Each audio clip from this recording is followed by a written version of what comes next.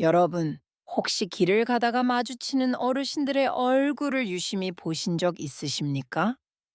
어떤 분은 가만히 계셔도 인상이 찌푸려져 있고 왠지 모를 도끼가 서려 있어서 가까이 가기가 꺼려집니다. 반면에 어떤 분은 주름이 자글자글한데도 그 사이사이에 온화함이 배어 있어서 보는 사람마저 마음이 편안해지고 저절로 고개가 숙여집니다. 미국 전력대 대통령 에이브러햄 링컨은 이런 말을 했습니다. 사람은 마흔이 넘으면 자신의 얼굴에 책임을 져야 한다.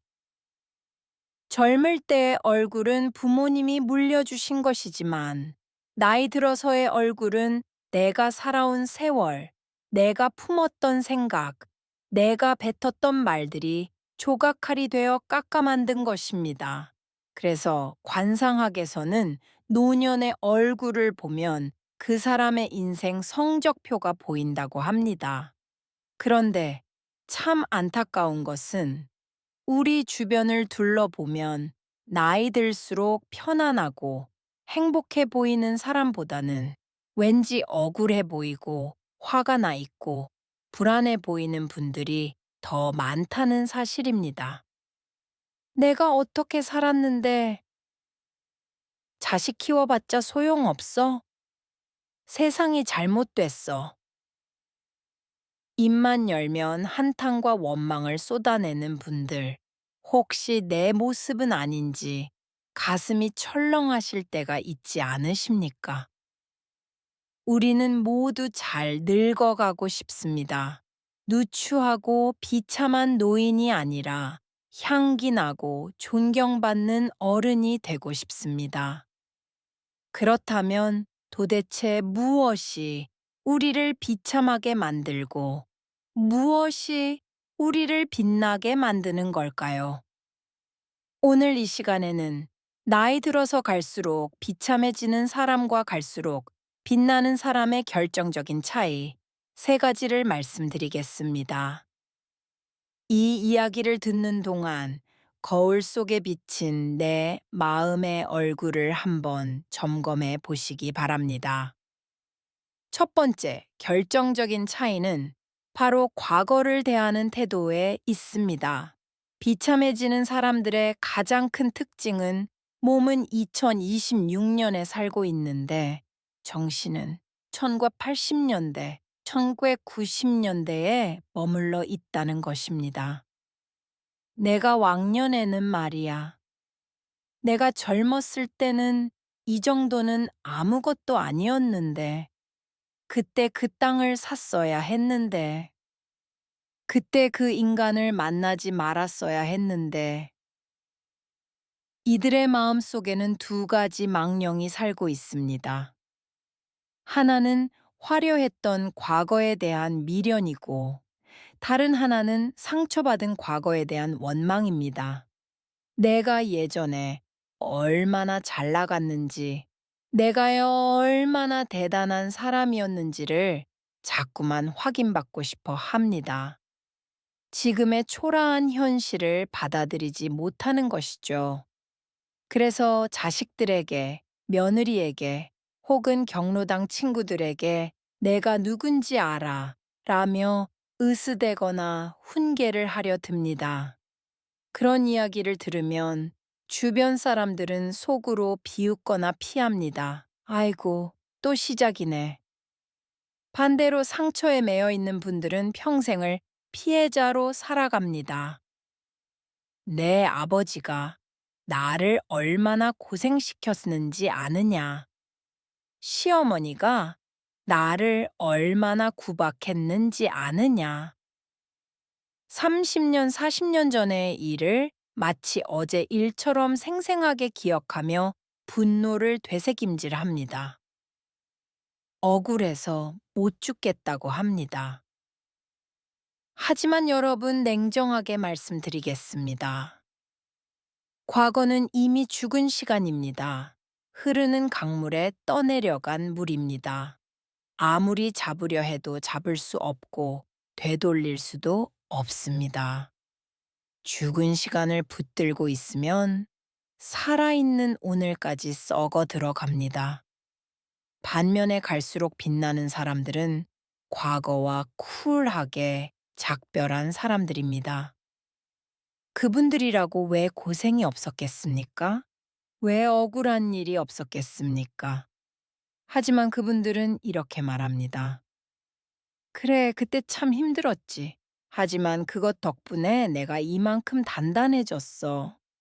그때 그 사람도 오죽했으면 그랬겠어. 이제는 다 용서한다. 내 마음 편하자고 용서하는 거야. 그분들은 과거를 자랑거리나 상처로 삼는 게 아니라 경험과 지혜로 승화시킵니다. 내가 살아보니까 이렇더라 하며 젊은이들에게 담담하게 조언해주고 왕년의 내가가 아니라 지금 내가 할 수 있는 게 뭘까를 고민합니다. 과거의 짐을 내려놓아야 비로소 현재를 즐길 수 있는 여유가 생깁니다. 양손에 다 썩어가는 옛날 보따리를 꽉 쥐고 있는데 어떻게 오늘 다가오는 새 행복을 잡을 수 있겠습니까? 지금 당장 여러분 마음속의 시계를 확인해 보십시오. 멈춰 있습니까? 아니면 현재를 가리키고 있습니까? 라떼는 말이야 라는 말이 목구멍까지 차오를 때 꿀꺽 삼키십시오.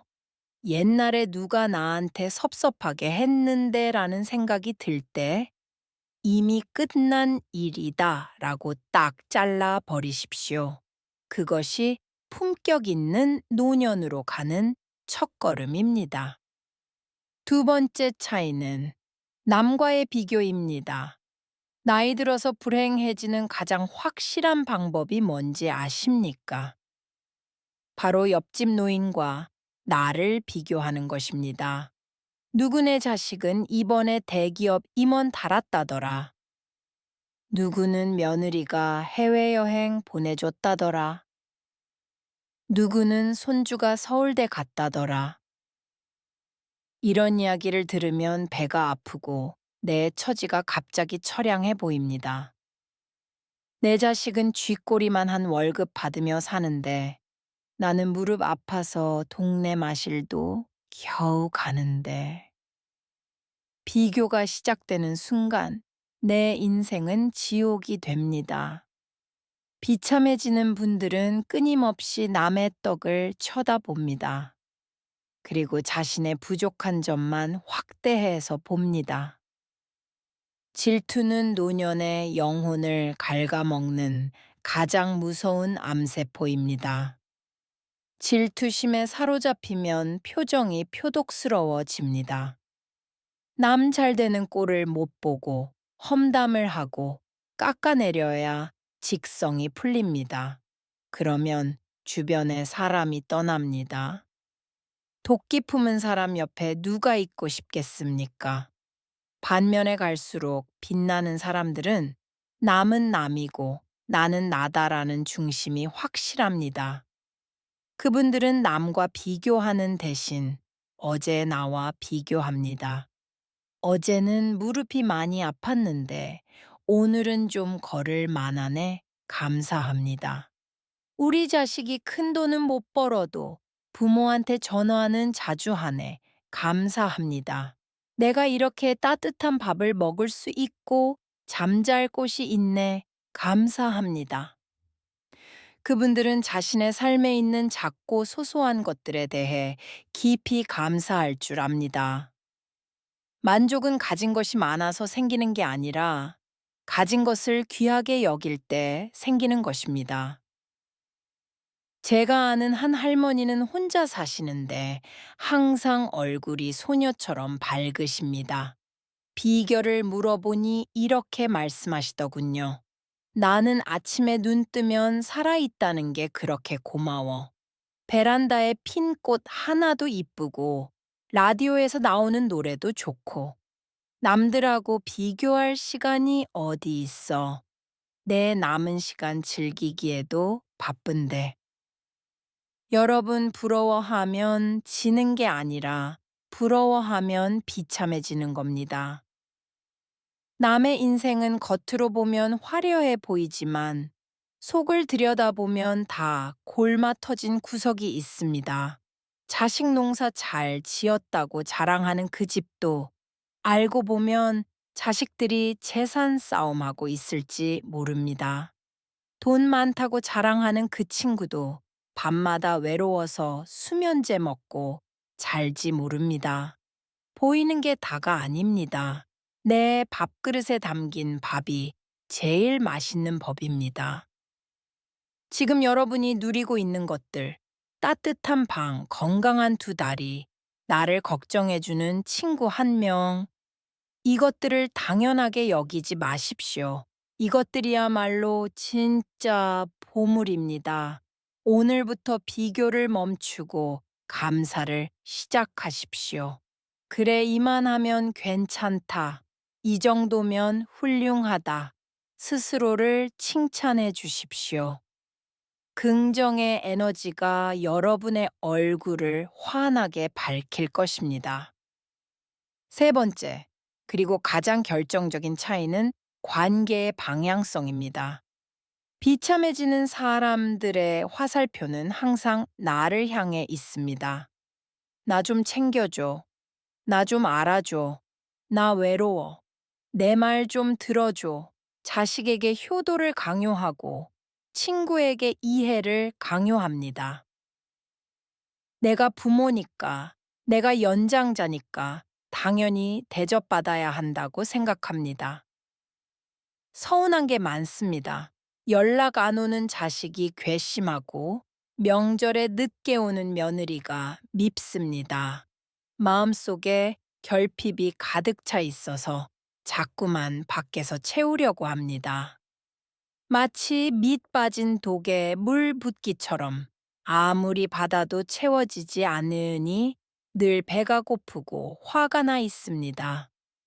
이런 분들은 타인을 나를 위해 존재하는 도구로 여깁니다. 그래서 관계가 오래가지 못하고 파탄이 납니다. 반면 갈수록 빛나는 사람들의 화살표는 타인을 향해 있습니다.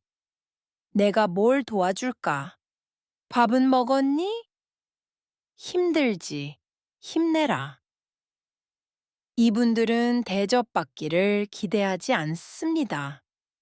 오히려 내가 가진 것을 나누어 주려고 애씁니다. 그것이 돈이든 시간이든 따뜻한 말 한마디든 말입니다. 노년의 최고의 매력은 넉넉함과 베풀면서 나옵니다. 돈이 많아야 베푸는 게 아닙니다. 지나가는 경비원에게 수고하십니다. 따뜻하게 인사 건네는 것, 엘리베이터에서 만난 이웃에게 문 잡아주는 것, 우울해하는 친구의 이야기를 묵묵히 들어주는 것, 이것이 다 베푸는 것입니다. 제가 존경하는 한 선배님은 항상 주머니에 사탕을 넣고 다니십니다. 만나는 사람마다 하나씩 쥐어주시면서 오늘도 달콤한 하루 보내요 하십니다. 별거 아닌 사탕 하나지만 받는 사람은 기분이 좋아집니다. 그 선배님 주변에는 늘 웃음꽃이 핍니다. 받으려고 하면 추해지고 주려고 하면 귀해집니다. 이것은 망고불변의 진리입니다.